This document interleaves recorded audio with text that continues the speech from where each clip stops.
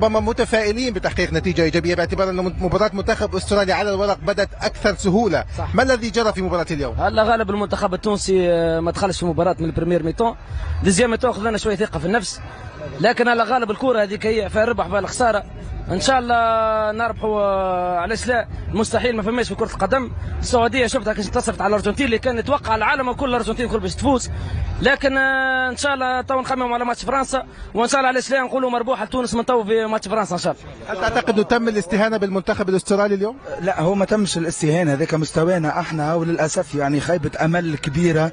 وبالمناسبة هي دي لمسة وفاء فلسطين وعمر العبيدي وكل صوت حر، وان شاء الله تونس موجودة، الصوت راح وكل شيء، بس الحمد لله يعني قدموا اداء باهي، وباذن الله ان شاء الله جاي خير، ان شاء الله نقدموا مقابلة تشرف تونس على الاقل، بالرغم دفعنا الناس الكل جماهير وقطر بالتنظيم وواحد وكل شيء وبحسن الاستقبال، كانت الامور على اكمل ما يكون، لكن الله غالب. هذاك هو حسرة كبيرة وخيبة امل كبيرة، وان شاء الله جاي خير وفري في فلسطين.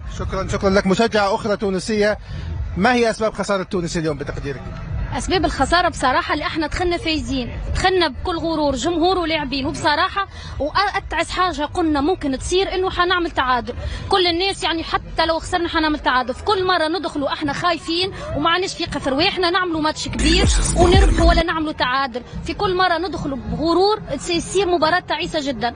وكان تحب تترشح للدور الثاني لازم تكون عندك ثقه في روحك، لازم تربح فرنسا، علاش ليه؟ مستحيل تمشي للدور الثاني بماتشات صغيره وبسيطه، تحب تترشح للدور الثاني وتعيش تجربه جديده، تربح فرنسا، علاش لي في السعوديه ربحت الارجنتين، اعطي ثقه في روحك والعب. انت باش تدخل خايف، تونس في كل مره تدخل خايفه تعمل ماتش كبير برشا، واحنا في فرنسا باش ندخلوا خايفين وباش نعملوا ماتش كبير برشا. شكرا لك. اذا خيبه امل ليست تونسيه فقط بل عربيه. ابراهيم، عوده اليك.